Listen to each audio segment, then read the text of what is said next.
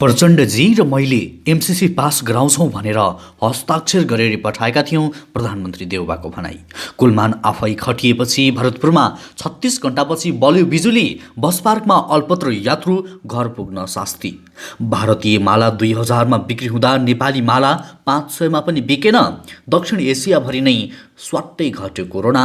लक्ष्मी पूजाको दिन यति धेरै नेपाली नागरिक विदेशी।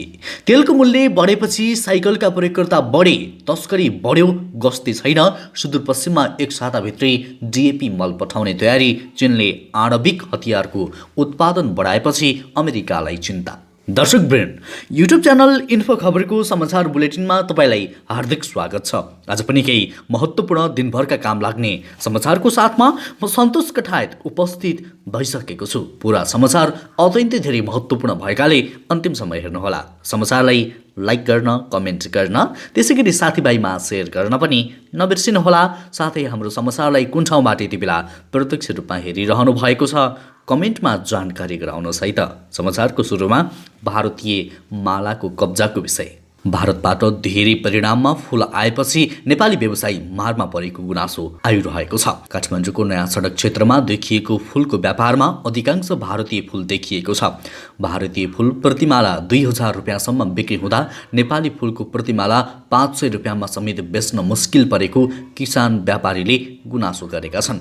यो वर्षको तिहारमा फूलमालाको माग बढ्ने र यसको प्रत्यक्ष लाभ नेपाली किसानले गर्ने अनुमान गरिएको थियो। तर बेमौसमी वर्षाको कारण नेपाली किसानले लगाएको फूलबारीमै नष्ट भएपछि भारतीय फूलले बजारमा कब्जा जमाएको छ। गत वर्षको तुलनामा 5 लाख बढी मालाको माग बजारमा आउने अनुमान गरिएको छ। करिब 3 अर्ब रुपियाँ बराबरको फूल कारोबार हुँदै आएको विभिन्न अध्ययनले देखाएको छ।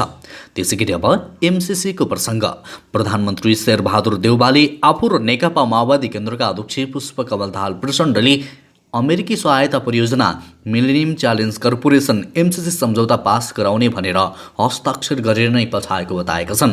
बेलायतमा जलवायु परिवर्तन सम्बन्धी सम्मेलनमा भाग लिएर बिहिबार स्वदेश फर्किएको प्रधानमन्त्री देउबाले त्रिभुवन अन्तर्राष्ट्रिय विमानस्थलमा सञ्चारकर्मीहरूसँग कुराकानी गर्दै यस्तो बताएका हुन्। उनले सञ्चारकर्मीसँग भने छिटै पत्रकार सम्मेलन गरेर पास गराउने कुरा छ। प्रचण्डजी र मैले त यतिभित्र पास गराउँछौँ भनेर साइन नै गरेर पठाएका छौँ। बेलायतमा आयोजित जलवायु परिवर्तन सम्बन्धी सम्मेलनमा प्रधानमन्त्री देउबाले एमसिसी सेपुटी सिइओसँग भेट भएको बताएका छन्। भेटमा के कुरा भयो भन्ने सन्दर्भमा प्रधानमन्त्री देउबाले खुलाउन चाहेनन्। तर स्वदेश फर्किएका उनलाई सञ्चारकर्मीले एमसिसी कहिले पास हुन्छ भनेर प्रश्न गर्दा गठबन्धनभित्र छलफल भइरहेको जवाफ दिएका छन्। दर्शकवृन्द, 3 करोड नेपाली जनताको इच्छा विपरीत एमसिसी पास गर्दैछन् देउबा। यस विषयमा सबैले दबाव स्वरूप कमेन्टमा नो एमसिसी लेखेर कमेन्ट गर्नुहोला।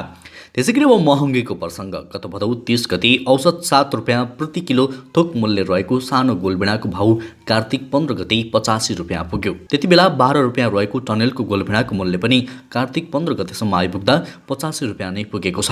भदौ 30 गते नै 41 रुपियाँ थोक मूल्यमा खरिद बिक्री भएको सुकेको प्याजको मूल्य कार्तिक 15 गतेसम्म आइपुग्दा 61 रुपियाँ पुगेको छ।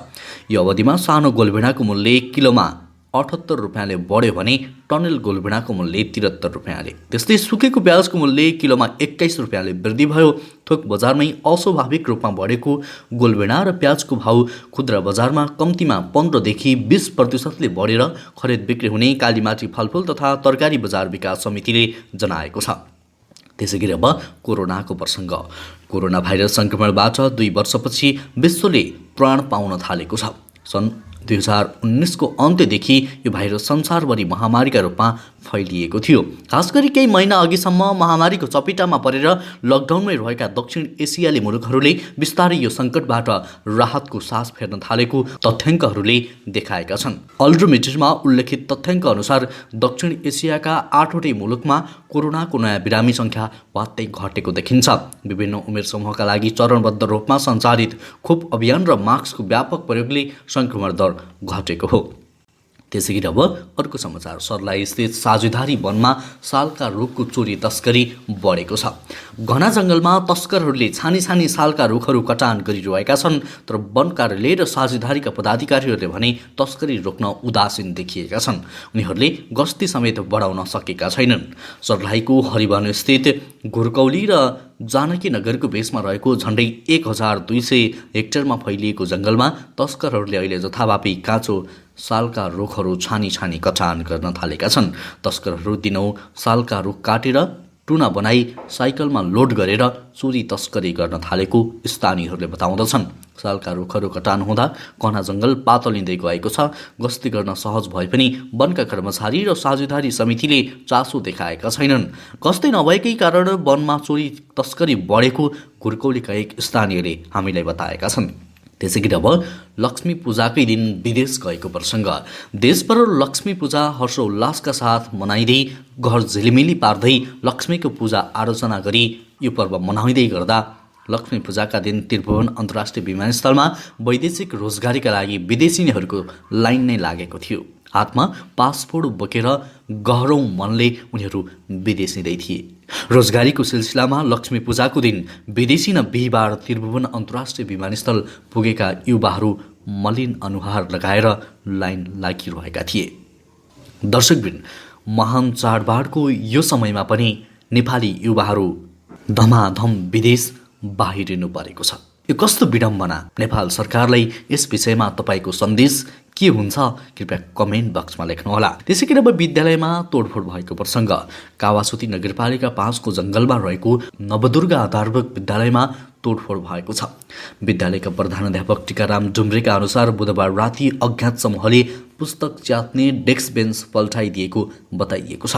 प्रधानाध्यापक डुम्रेले विद्यालयमा भएको तोडफोड गर्नेको खोजी गर्न जिल्ला प्रशासन कार्यालयमा निवेदन दिएका छन्। त्यसैगरी अब अर्को प्रसङ्ग। चीनले आणविक हतियारको उत्पादन बढाएपछि अमेरिकाले युद्ध सुरु गर्ने चिन्ता व्यक्त गरेको छ। अमेरिकी रक्षा मन्त्रालय पेन्टागनका अनुसार चीनले द्रुत गतिमा आणविक हतियार बढाइरहेको छ। चीनले अपेक्षाभन्दा धेरै छिटो दरमा आफ्नो आणविक हतियार वृद्धि गरिरहेको पेन्टागनले जनाएको छ। पेन्टागनले गरेको भविष्यवाणी अनुसार चीनसँग सन् 2027 सम्ममा 700 र सन् 2030 सम्ममा 1000 भन्दा बढी आणविक हतियार हुन सक्ने उल्लेख गरिएको छ। हालैको समयमा चीनले नाटकीय रूपमा आणविक हतियार बढाएको छ। अमेरिकासँग 3750 वटा आणविक हतियार छन्, तर उसले यसको सङ्ख्या बढाउन सोच राखेको छैन।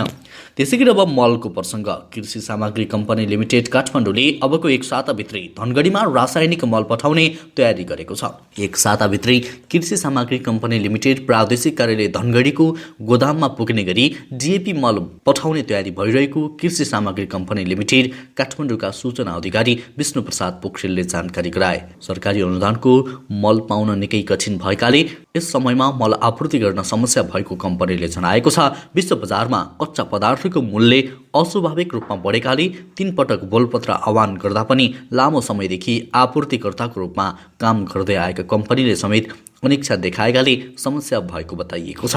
त्यसैगरी अब अफगानिस्तानको राजधानी काबुलमा साइकल प्रयोग गर्नेहरूको सङ्ख्यामा वृद्धि भएको छ। पछिल्लो समयमा पेट्रोलियम पदार्थको मूल्य अत्याधिक बढ्दै गएपछि पेट्रोलियम पदार्थको आवश्यकता नपर्ने सवारी साधन साइकलको प्रयोग बढेको हो। यसअघि अफगानिस्तानी मूल्य अनुसार 35 पर्ने प्रति लिटर पेट्रोलियम पदार्थको मूल्य अहिले 76 पुगेको अधिकारीले जनाएका छन्। पछिल्लो 2 देखि 3 महिनामा दोब्बरभन्दा बढी मूल्य वृद्धि भएकाले काबुलवासीले पेट्रोलियम पदार्थको प्रयोग घटाउन साइकलको प्रयोग बढाएका हुन्। हवस् त दर्शक, अहिलेलाई केही चर्चामा रहेका महत्त्वपूर्ण र काम लाग्ने समाचारको श्रृङ्खला यति नै। हरेक दिन बिहानै ताजा र सत्य समाचार हेर्नको लागि हाम्रो युट्युब च्यानल इन्फो खबरलाई सब्स्क्राइब गर्नुहोला। तपाईँहरू सबैजनालाई तिहारको धेरै धेरै शुभकामना।